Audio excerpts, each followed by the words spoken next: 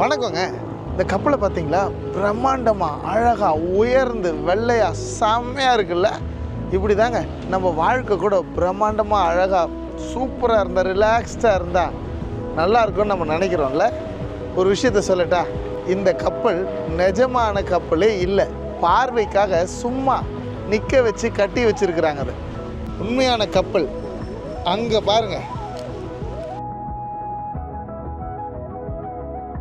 எங்க பின்னாடி நீங்க பாக்குற கப்பல் தாங்க உண்மையான கப்பல். அந்த கப்பல்ல எவ்வளவு கண்டெய்னர்ஸை ஏத்திட்டு இருக்காங்க அப்படிங்கறத நீங்க கவனிச்சிருப்பீங்க.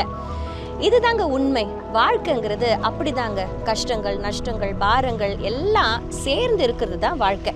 அப்படியே ரிலாக்ஸ்டா அப்படியே தண்ணியில மிதக்கிறது மாதிரி இருக்கணும்னா நம்ம வாழ்க்கையில ஒரு யதார்த்தம் இருக்காது, ஒரு உண்மை தன்மை இருக்காதுங்க.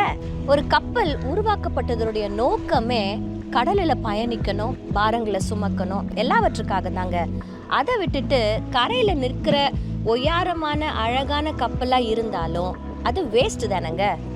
இன்றைக்கு நாங்கள் பேசுறது கப்பலுக்காக மாத்திரம் இல்லை, உங்களுக்காக தான். நம்முடைய வாழ்க்கையும் ஒரே நிலையில் நிற்பதற்காக தேவன் நம்மளை படைக்கவே இல்லை. To fulfil God's purpose in our life. பாரங்களை சுமக்கவும் பயணிக்கவுமே கர்த்தர் நம்மை படைத்திருக்கிறார். என்ன வந்தாலும் என்ன சூழ்நிலை இருந்தாலும் யதார்த்தமா நம்ம வாழ்க்கையை வாழ்ந்துடலாமே. Have a nice day. God bless you.